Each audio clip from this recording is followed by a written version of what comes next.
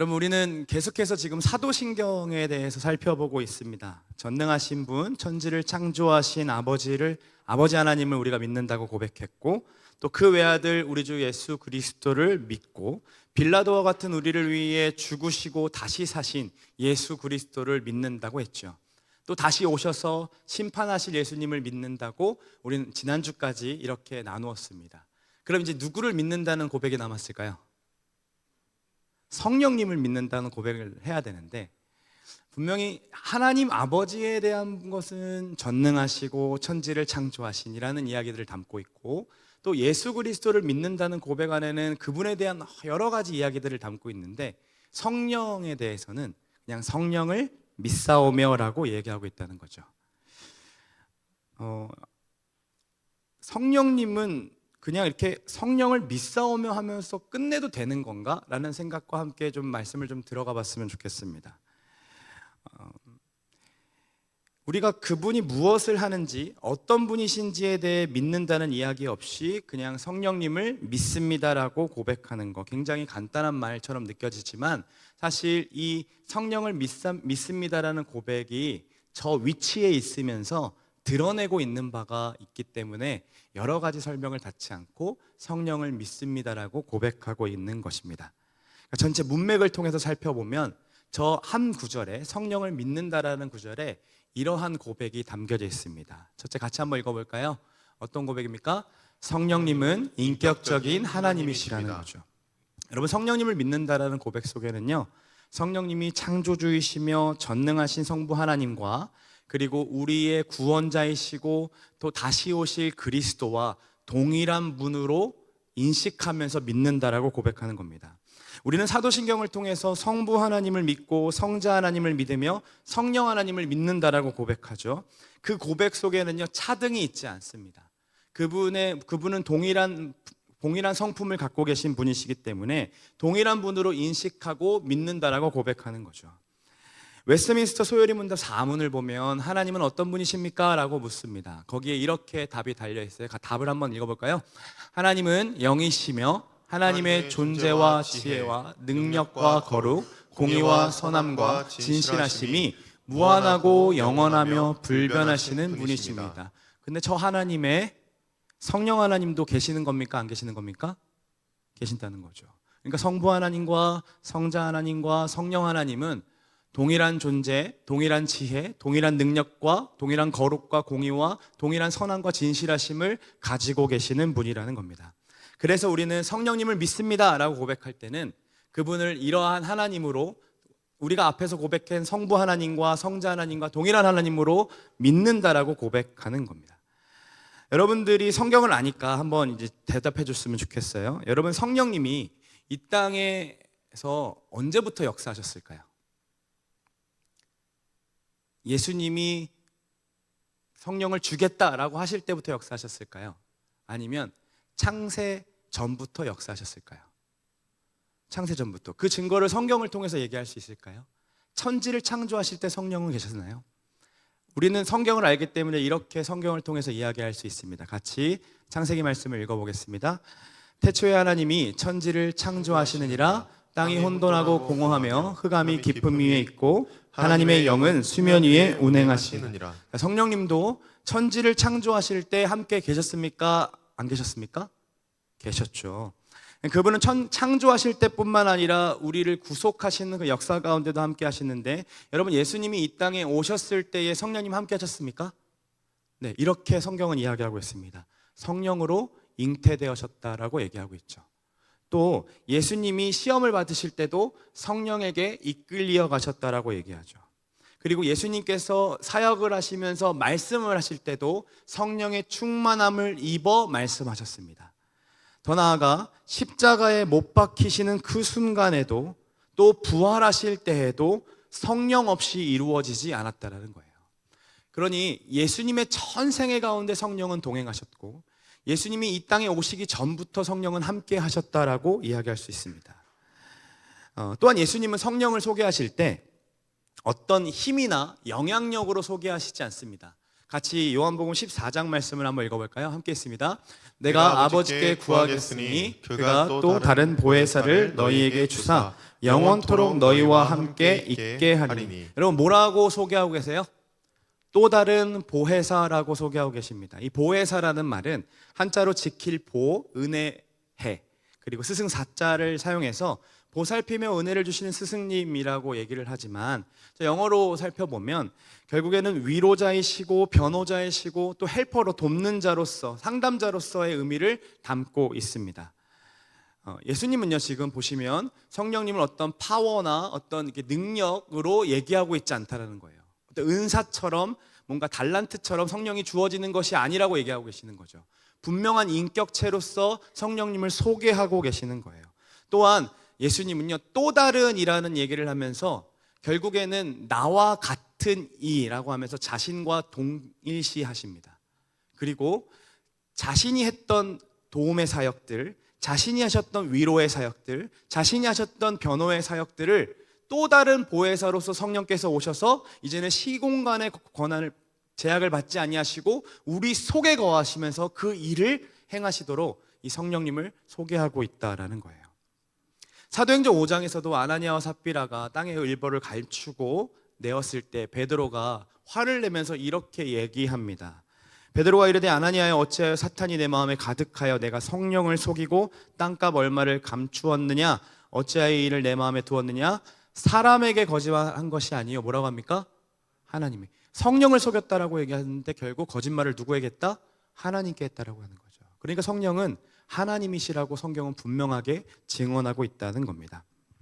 예전에 제가 인천에서 한 교회에서 이제 좀 찬양 인도를 해달라 그래가지고 저희 팀을 데리고서 찬양 인도를 하러 간 적이 있었습니다. 그런데 그때 어떤 목사님이 오셔서 설교를 하셨는데 이렇게 하시는 거예요. 여러분 성령을 받으면 랄랄이진 않습니다. 성령을 받으십시오. 성령 받으면 담배 안 피고 성령 받으면 술 안 먹어요. 성령 받으면 친구도 많아지고요. 성령 받으면 공부도 잘할 수 있어요. 성령 받아야 돼요. 오늘 제가 성령 주고 갑니다 하면서 이렇게 막 기도할 때 뜨겁게 하라고 하면서 성령을 줄 거라고 뒤집어졌습니다. 저게 뭐지? 여러분 여기에 성령님이 어떤 분이신지 소개가 되고 있습니까? 성령님이 어떤 분이신지, 어떤 사역을 하시는지. 기도하면서 성령을 받으면 변한대요. 그분이 어떤 일을 하시는지 가르쳐주지 않는 거죠. 그냥 성령을 받기만 하면 삶이 달라진다고 얘기하는 겁니다. 그러니까 그분에 대해서 궁금하지가 않습니다. 그저 받기만 하면 됩니다. 변화된 삶이 더 중요한 거니까요. 그저 성령을 받으면 나타나는 행위에만 집중하는 거죠. 여러분 우리가 성령을 믿는다라고 고백할 때 나에게 말씀을 외울 수 있는 능력을 주시거나 기도를 오래 할 수 있는 힘을 주시거나 또 담대할 수 있는 어떤 용기, 힘, 어떤 능력 이런 것들이 아닙니다. 우리가 힘이나 영향력으로 성령님을 믿습니다라고 얘기하는 게 아닙니다. 우리는 그분을 다시 얘기해요. 인격을 가지신 하나님으로 고백한다라는 거예요. 성부와 성자와 같이 무한하시고 불변하시고 영원하신 분으로서 우리는 믿는다라고 고백하는 거죠. 그래서 우리 성령님은요 우리가 순종해야 되는 대상인 것이지 우리 마음대로 갑자기 막 불러내고 막 손에서 막 발사하고 내가 원하기만 하면 기도만 되면 막 성령 그 사람 받아가지고 뒤도 막 꼬꾸라지고 이러한 일이 아니라는 겁니다. 성령님은 분명한 하나님이시며 인격체이시기 때문에 우리가 사용할 수 있는 어떤 것이 아니라 당연코 순종해야 하는 대상인 겁니다. 성령님께 우리는 순종해야 됩니다. 그렇다면 성령님은 어떤 일을 하시는 분일까요? 두 번째로 이런 분이십니다. 같이 한번 읽어볼까요? 성령님의 구원하심을 믿습니다. 우리는 성령님을 믿습니다라고 할 때 그분이 인격적이신 하나님이심을 고백하고 또 그분이 우리를 구원하여 주시는 분이심을 믿는다고 고백합니다. 사도신경에 성령님은 이런 분이야, 성령님은 어떤 역할을 하셔 이렇게 소개하고 있지는 않지만 성령을 믿사오며라는 말 뒤에 교회 그리고 죄 용서, 부활, 영생과 같은 주제가 배치하여서 그분이 앞으로 하시는 일이 무엇인지에 대해서 가르쳐주고 드러내주고 있습니다. 즉 성령을 믿는다는 고백까지는 성부와 성자와 성령이 동일한 하나님이시며 우리의 믿음의 대상입니다라고 고백한다면 교회, 죄 용서, 부활, 영생과 같은 것은 그리스도인의 우리 존재와 우리가 마땅히 이제 이루어져야 될 그 운명에 관한 믿음을 설명하고 있다라는 거죠. 우리가 그리스도의 몸으로 탄생하는 것, 우리가 죄로부터 용서받고 십자가로부터 용서받고 비록 죽었으나 다시 살아나게 된다라는 것, 또한 영원한 생명으로 살아가게 된다는 이 모든 것들이 예수님에게서 나타나셨듯이 우리에게도 나타나지는데 그 일을 누가 하시냐면 성령께서 하신다라는 겁니다. 그러니까 그분은 우리의 구원을 적용시키는 분이에요. 그분은 우리가 얻은 구원을 이루어 가시는 분이십니다. 여러분, 우리는 예수 그리스도로 인해서 새로운 신분을 얻었죠? 어떤 신분이 되었습니까? 죄의 노예에서 이제는 의의 자녀가 되었습니다. 이제는 거지로 살던 자들이 아니라, 돼지 쥐염 열매나 먹으면서 거지로 살던 자들이 아니라 이제 하나님 나라 그 왕궁에서 사는 왕자와 공주가 되었다라는 거죠. 우리 옆에 분들 바라보면서 이렇게 공주님 안녕하세요 라고 해볼까요? 왕자님 안녕하세요. 되게 어색하죠? 그런데 여전히 우리에게는 뭐가 남아있어요? 거지로 살던 습관이 남아있는 거예요. 음식을 보면요, 막 미친 듯이 침을 흘리면서 막 주워 먹습니다. 먼저 먹어야 살기 때문에 어떻게든 그거 차지하려고 막 욕심을 막 부려요. 막 달려가요. 한참을 배를 채우려고 남들 막 생각도 안 하고 막 주고주고 먹습니다. 기다려주지도 않아요. 신경 쓰자고 막 먹고 있는데 거기 딱 갔는데 아무도 그렇게 먹지 않는 거예요. 그 친구가 다 먹을 때까지 기다려주는 거죠. 그리고 이렇게 얘기합니다. 어떤 스푼부터 어떤 포크부터 사용해야 되는지 차근차근 가르쳐 주는 거죠. 신분에 맞게 수준이 자라가야 됨을 가르쳐 준다는 겁니다. 여러분, 우리 성령님은요, 막 옆에서 우리가 막 먹고 있을 때 아유 저 추잡한 놈 돼지 새끼를 데려왔네 이런 얘기 안 하십니다. 아직도 옛 습관을 못 버렸어? 아유 너 그냥 거기 가 살아라, 쥐염염이 하나 먹어라, 이렇게 얘기하지 않으신다는 거예요. 그렇게 얘기하면서 너 그만 멈춰, 자 이제 먹어, 이런 거 하시는 분은 성령이 아니라 율법 선생입니다. 우리를 계속해서 묶어내는 거죠. 성령님은요, 성경에 나와 있죠, 우리의 연약함을 동정하시지 못할 리가 아니라고 하셨어요. 그러니까 우리의 개걸스러움, 우리의 욕심, 우리의 허겁지겁이라도 먹어야 하는 그 마음까지 누가 아셔요? 성령께서 아신다는 거예요. 그래서 기다려 주시죠. 그리고 우리의 속도에 맞추어서 차근차근 가르쳐 주시는 분이 우리 인격적이신 하나님 성령이시라는 거예요. 신분이 바뀌어 있지만 여전히 수준이 예전과 동일하게 살아가는 것을 아시고 그 수준이 쉽게 바뀔 수 없음도 알아주세요. 그래서 계속해서 오래 참아주시고 끝까지 함께 하시는 분으로 함께 하십니다. 우리 성령님이요, 알면 알수록 굉장히 좋은 분이세요. 구원을 적용하신다라는 것은 이렇게 수준에 맞게 우리 신분에 맞는 수준으로 자라게 하신다라는 겁니다. 여러분, 그럼 어떤 수준에게까지 이뤄갑니까? 하나님께서 그리스도의 장성한 분량에 이르기까지 간다는 거죠. 예수님에까지 자라가도록 우리를 옆에서 코칭해 주시고 변호해 주시고 위로해 주십니다. 언제까지요? 지난주에 나누었던 것처럼 우리 예수 그리스도께서 다시 오실 때까지. 지난주 말씀 여러분 기억합니까? 우리 주 예수 그리스도 강림하실 때에 우리의 몸과 혼과 영이 흠없이 보존될 수 있도록 우리 누가 함께 하십니까? 성령께서 우리와 함께하고 계신다라는 거예요. 여러분, 구원 받으셨습니까? 소리가 이렇게 여러분 구원 받으십시오. 여러분 구원 받으셨습니까? 그렇다면 이미 성령은 여러분과 함께하고 계십니다. 더 받을 필요 없습니다. 어디 막 가가지고 성령 더 받아와야 된다고 해가지고 만땅 채워왔다고 이런 얘기 할 필요 없습니다. 그분은 한 분이시고 갑자기 막 귀신 들린 것처럼 오셨다가 나갔다 하는 분 아니에요. 욕했다고 성령 없고 욕 안 한다고 성령 있고 막 이런 분 아니라 영원히 우리를 떠나지 아니하시는 분으로 함께 하시는 분입니다. 여러분, 앞에서 이야기했던 예화를 좀 생각해 보면 우리는 여전히 죄의 노예로 살아가는 습관들을 버리지 못하죠. 우리는 분명 하나님의 자녀로 택함 받았고 부름 받았잖아요. 근데 우리의 공로가 아니라 온전히 하나님의 은혜로서 가능하게 된 거거든요. 그런데 우리는 하나님의 자녀로 그분의 나라 안에 사는 것을 좋아하지 않습니다. 여러분, 성경에서 하나님을 좋아하는 사람들, 하나님을 너무나도 원하는 사람들의 고백이 이러한 고백이었어요. 같이 한번 읽어보겠습니다. 함께 읽어요. 내 영혼이 여호와의 궁정을 사모하여 쇠약하며 내 마음과 육체가 살아계시는 하나님께 부르짖나이다.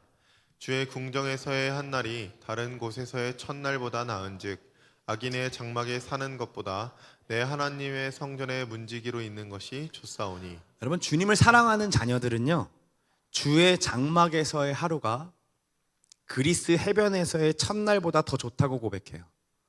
그런데 우리는 주의 전에서의 첫날보다 그리스 해변에서의 하루가 더 좋죠.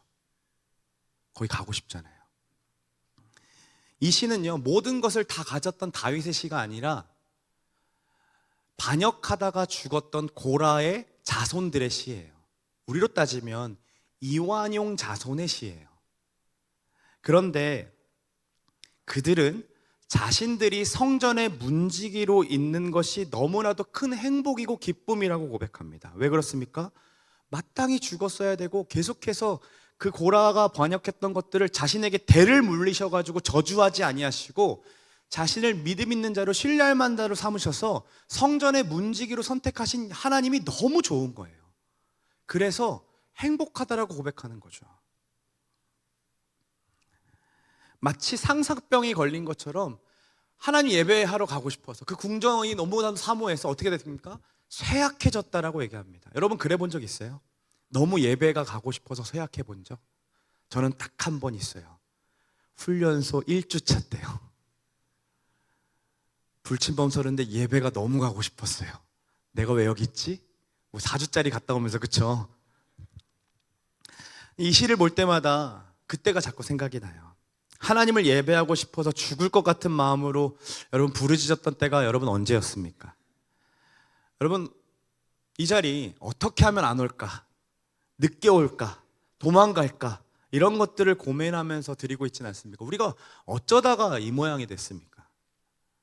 목사이든 성도이든 할 것 없이 하나님의 자녀들이 모인 이 자리에서 어느 누구도 아버지에게 관심이 없고 죄된 습관들을 버리지 못해서 그냥 빨리 끝내고 놀러 갈 생각에 빨리 마무리 짓고 옛날에 놀던 자리로 돌아가서 주염 열매 먹고 싶은 게 우리들 아닙니까?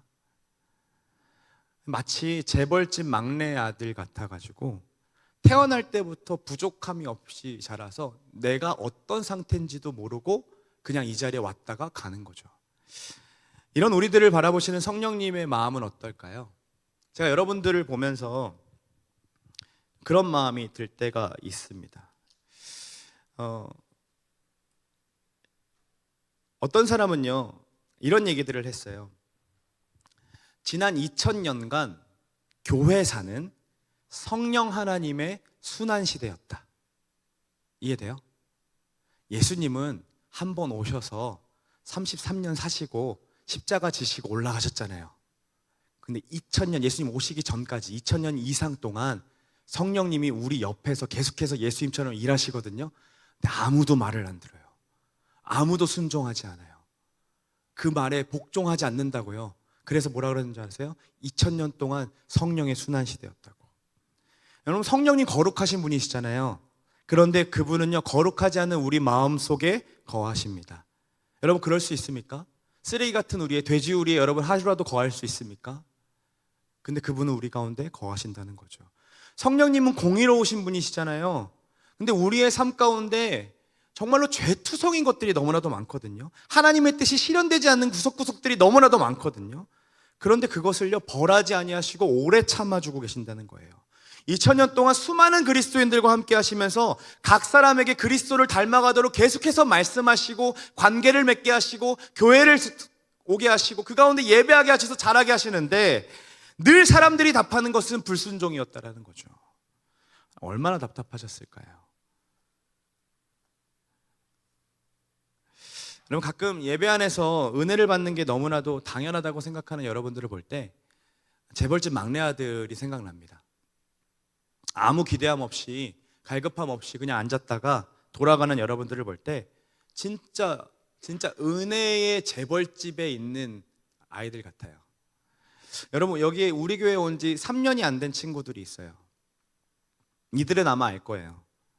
예배를 드리러 가서 설교를 들었는데 하나님의 말씀을 듣지 못하고 오는 괴로움을 이들은 알 겁니다. 몇 주 동안 그 시간들이 계속되면 여러분들 어떻게 되는 줄 아세요? 그냥 설교 시간에 은혜를 갈구하며 성경만 보게 돼요. 채워지지 않으니까요, 마커스 예배, 어디 예배 찾아다니면서 계속해서 그 은혜를 충전받고 싶어 해요. 유튜브를 통해 하나님 말씀을 계속해서 듣는 거죠. 여러분, 이렇게 은혜를 갈구해 본 적 있습니까? 여러분, 그렇게 말씀을 갈구해 본 적 있습니까? 여러분, 그런 친구들이 우리 교회에 등록하고 그리고 교인이 되겠다라고 결심하고 그들의 삶 가운데 제일 먼저 하는 행동이 뭔지 아세요? 주중 예배에 와요. 예배가 너무 그리웠기 때문에, 말씀이 듣고 싶어서, 설교자가 누구든 상관없이 그냥 와가지고 예배 자리를 지키는 거예요. 왔다가요, 새로운 친구들이기 때문에 알아주는 이가 없어요. 그냥 멋쩍게 인사하고 다시 집으로 돌아가요. 그런데 그게 행복이기 때문에, 그게 진짜 즐거움이라고 말하면서 말씀 듣고 기도하는 일에 놓치고 싶어 하지 않아요. 우리는 어떻게 예배합니까? 우리는 어떻게 주중 예배를 해석하고 있습니까? 리더 모임 가야 되니까 중간에 붕 뜨니까 오는 것이 예배입니까? 재벌집 막내 아들 같다니까요. 여러분, 우린 어쩌다가 이렇게 성령께서 일하시는 것에 불순종하며 살아가는 것이 당연한 것처럼 살아가는 백성들이 되었을까요? 성령이 함께하고 그 가운데 순종하는 삶 가운데 나타나는 것은 그의 성전을 사모하는 마음이 쇠약할 때까지 그리워지고 그 성전 문지기로 있는 것이 너무나도 행복하다라고 나타나는 삶의 변화가 나타난다는 거예요. 하이델베르크 53문답에 이런 이야기를 하고 있어요. 제가 문을 읽어드릴게요. 여러분들이 답을 해주세요. 당신은 성령에 관하여 무엇을 믿습니까? 성부와 성자와 함께 성령도 참되고 영원하신 하나님이시라는 것을 믿습니다. 그분은 또한 나에게도 주어져서 나로 하여금 참된 믿음으로 그리스도와 그의 모든 은덕에 참여하게 하며 나를 위로하고 영원히 나와 함께 하십니다. 여러분, 우리는 이미 성령이 하나님이라는 사실을 고백했죠. 그리고 그분을 믿는다라고 할 때에 우리는 그분이 구원을 이루시는 분이기에 우리를 그리스도에게로, 또 그리스도께서 주시는 은혜에 참여하게 하시고 또 연약한 우리를 위로하시는 분이라고 지금 믿는다라고 고백하는 거예요. 성령을 믿는다라고 할 때는. 그러니까 이처럼 성령은요, 앞에서 이야기했던 친구들의 삶처럼 그리스도 앞으로 초대하세요. 성령이 역사하시고 성령이 충만하면요, 우리는 막 뭔가를 하는 게 아니라, 뭔가 행위가 일어나는 게 아니라 그리스도 앞으로 초대된다는 거예요. 성령이 충만하면요. 그래서 그 삶 가운데 그리스도가 드러나고 마땅히 찬양받는 그 은혜의 자리에 참여하게 되는 게 성령께서 일하시는 삶의 모습이라는 거죠. 이런 것을 보면 신앙의 연수, 직분, 훈련을 얼마나 받았는가, 이것이 우리의 믿음을 자라게 하는 것이 아닌 것 같아요. 무엇이 우리의 믿음을 자라게 하는가요? 성령 하나님이세요. 훈련받아서 자라는 게 아니라 훈련 가운데 성령 하나님을 경험했기 때문에 자라게 된다는 거죠. 성령님이 우리의 믿음을 점점 더 강하게 하시고 결국 누구에게로 인도하시냐면 예수님에게로 인도하신다는 거예요. 성령님이 우리 안에 구원을 이루어 가시는데 구체적으로 어떻게 이루어 가시냐면 바로 이렇게 일하십니다. 첫째로, 성령님은요, 우리 안에 예수 그리스도를 드러냄으로 일하십니다. 오늘 본문을 보면 예수님에 대해서 이야기하는데 한번 읽어보겠습니다. 빌립보서 2장 5절입니다.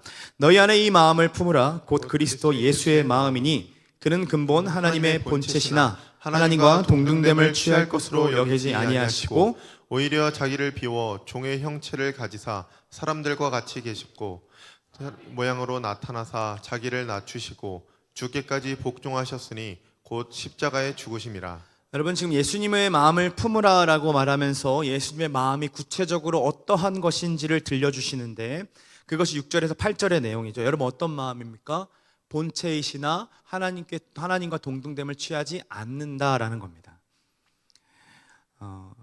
여러분, 지금 이 근본 본체이시나라는 말에 우리는 주목해 봐야 되는데요. 한글로 보면요,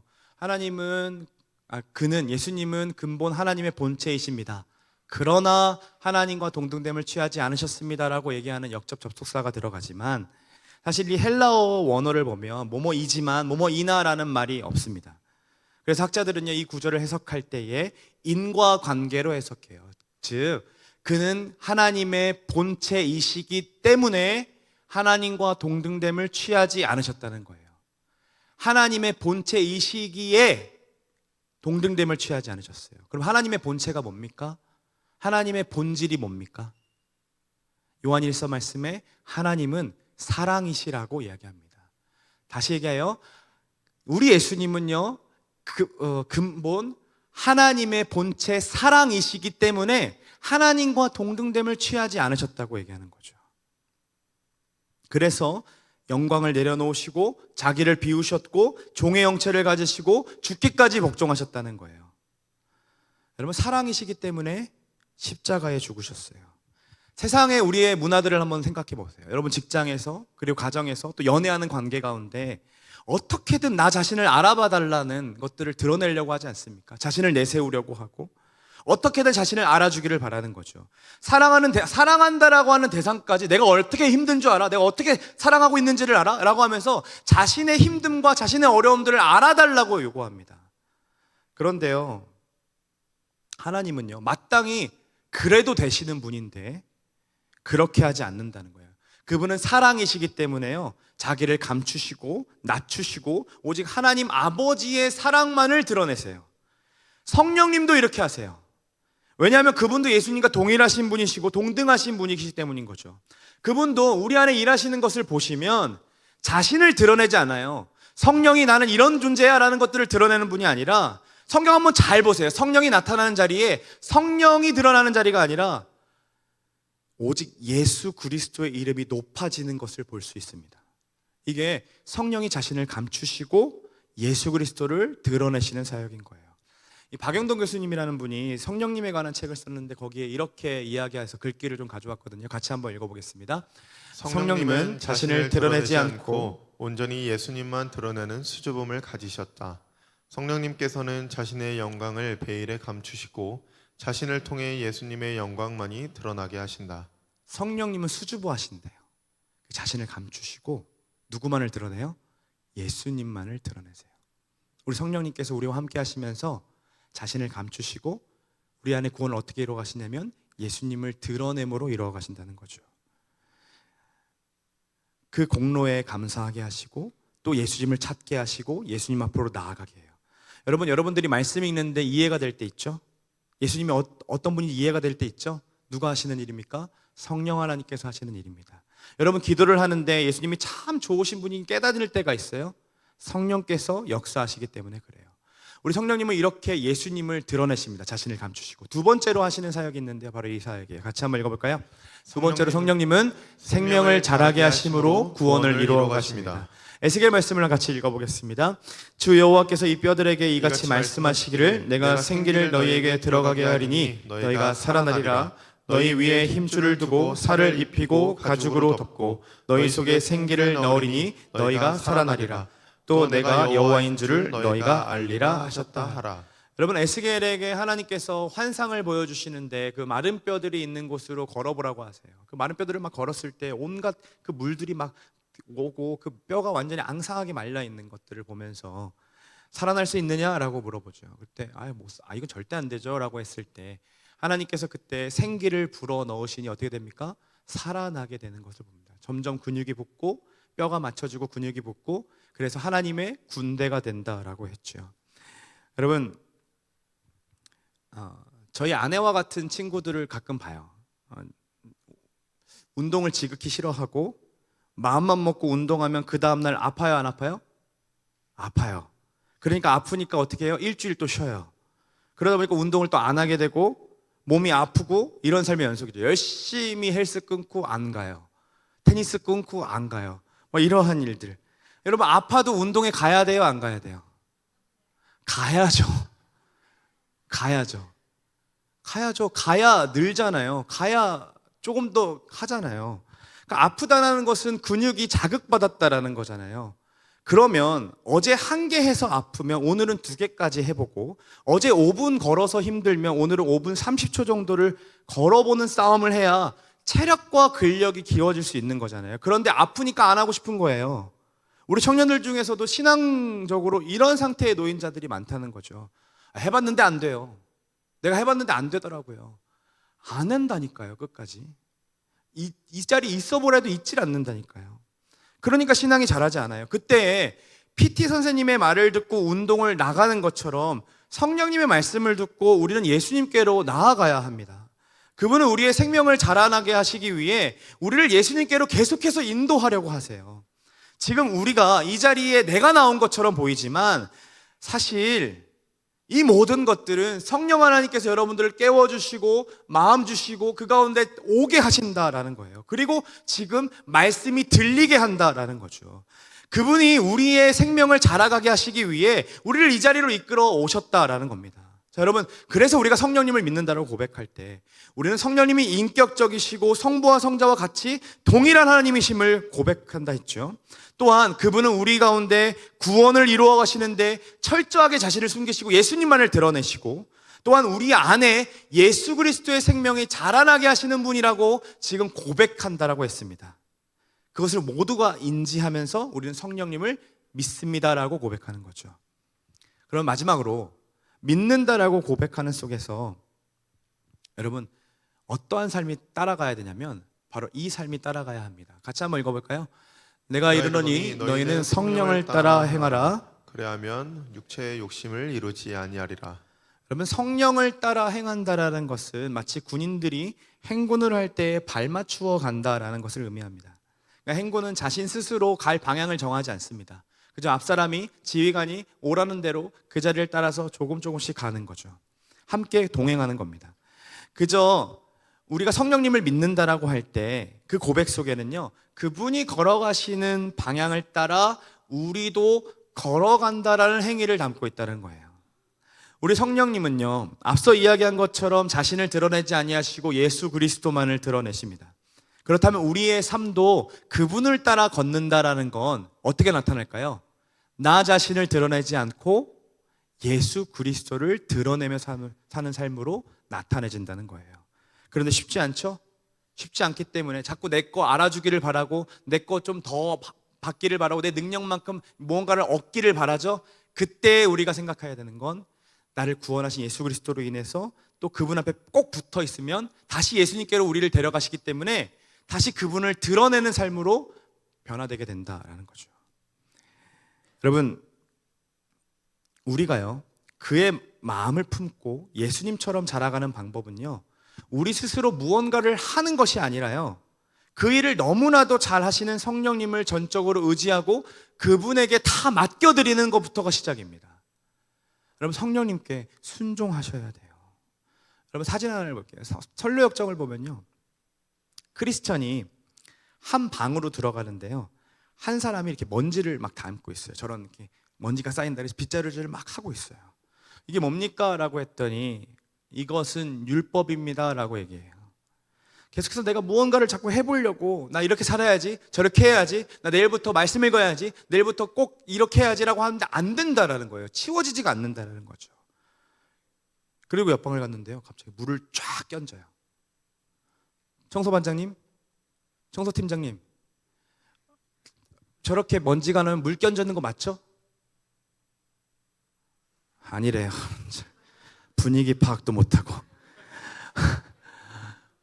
먼지가 날리지 않도록 물을 다 끼얹는 거죠. 그러면서 이게 뭡니까? 라고 철로역청에서 물어봤더니 뭐라고 하냐면 그것이 바로 은혜입니다 라고 얘기합니다. 율법으로 안 되는 것들이 은혜로 가능케 된다라는 거죠. 여러분 중에는 지금 영적인 상태가 먼지가 가득 차가지고 도무지 손 쓰고 싶지 않은 상태가 된 사람들이 있죠. 방 청소도요, 처음에 하지 않으면 자꾸 늘어나고 계속 내비두게 되고 그러다가 점점 그냥 거기가 쓰레기장이 되는 거잖아요. 그것처럼 우리의 영혼의 상태도 그냥 내비두고 이러다 말겠지, 이러다 괜찮아지겠지 하면서 그냥 그렇게 된 데 있죠. 거기서 우리가 해야 될 것은 어떻게 해야 될까? 말씀 읽을까? 기도할까? 예배 나올까? 물론 중요하지만 그보다 먼저 은혜를 갈망하는 자가 돼야 된다는 거예요. 그래서 성령님께 나아가 구하는 거죠. 하나님, 은혜가 필요합니다. 내 모든 것들을 다 쓸어주세요. 그 성령님께 의지하고 순종하는 마음이 필요하다는 겁니다. 여러분, 우리는 그분께 묻질 않아요. 그냥 내가 필요할 때만 그분이 역사하시기를 바라죠. 오늘 우리가 말씀 가운데 함께 나누고 싶었던 주제는 바로 이거예요. 이제는요, 여러분, 성령님께 순종해야 될 때입니다. 그분께 순종하지 않으면 우리의 신앙은 자라지 않습니다. 그분께 순종하지 않으면, 그분의 말씀을 들으려 하지 않으면 우리는 예수님께로 나아갈 수가 없다는 거예요. 사랑하는 여러분, 우리는요, 성령님을 믿습니다. 아멘이십니까? 그래서 우리는요, 성령님을 경배합니다. 그분이 인격적이신 하나님이시기 때문에 나를 그냥 외면하지 아니하시고 나를 안아주시고 나를 인격적으로 대우해 주시는 분임을 믿습니다. 그래서 그분과 함께하는 삶이 너무나도 행복하다라고 고백할 수 있고, 우리의 연약함을 그냥 거기서 머물러 있는 게 아니라 그분에게 맡겨드리면서 그분에게 도움을 요청할 수 있는 거죠. 여러분, 그분은 우리를 포기하지 않는 분이십니다. 그분은 동등됨을 취하지 아니하심으로 하나님 아버지 안에서 그 사랑이 얼마나 우리에게 큰지를 예수님께서 드러내신 것처럼 우리 가운데 동등됨을 취하지 않아 이미 우위를 점하려고 하지 아니하시고 우리를 계속해서 가르쳐 주시고 함께 하셔서 기다려 주심으로 순종할 때에야 그때 예수님을 우리에게 드러내십니다. 그래서 우리의 순종이 필요해요. 그분께 순종하십시오. 그분께 순종하셔야 됩니다. 여러분, 각자 부르신 삶 속에서 그분께 순종함으로 예배의 자리에 또 하나님 안에서 다시 회복하는 우리의 모두가 되기를 소망합니다. 제가 성남제일교회 와서 배운 예배의 태도가 하나 있어요. 청년들한테 배웠는데요, 우리 청년 중에 한 친구가 우리 김솔지가 찬양할 때 이렇게 두 손을 이렇게 모아가지고 이렇게 올려서 찬양하는 것을 제가 배웠습니다. 찬양인도 멋있게 하는 게 꿈이었어요. 손 모양도 다 어떻게 해야 되지? 어떻게 올리는 게 가장 자연스러울까? 이런 거 생각했었는데 저기서 솔지가 앉아가지고 이렇게 올리는 것을 보면서 저게 찬양이구나, 저게 진짜 하나님 경배하는 거구나. 오늘 그 마음 가지고 정말 그분 앞에 온전히 올려드리면서 경배한다라는 건 내가 그분께 순종하겠다라는 고백이고 그분을 따라 행하겠다라는 고백인 거예요. 우리 그렇게 함께 하나님 앞에 이 찬양 올려드립시다. 같이 일어나서 함께 고백할까요? 오늘 이곳에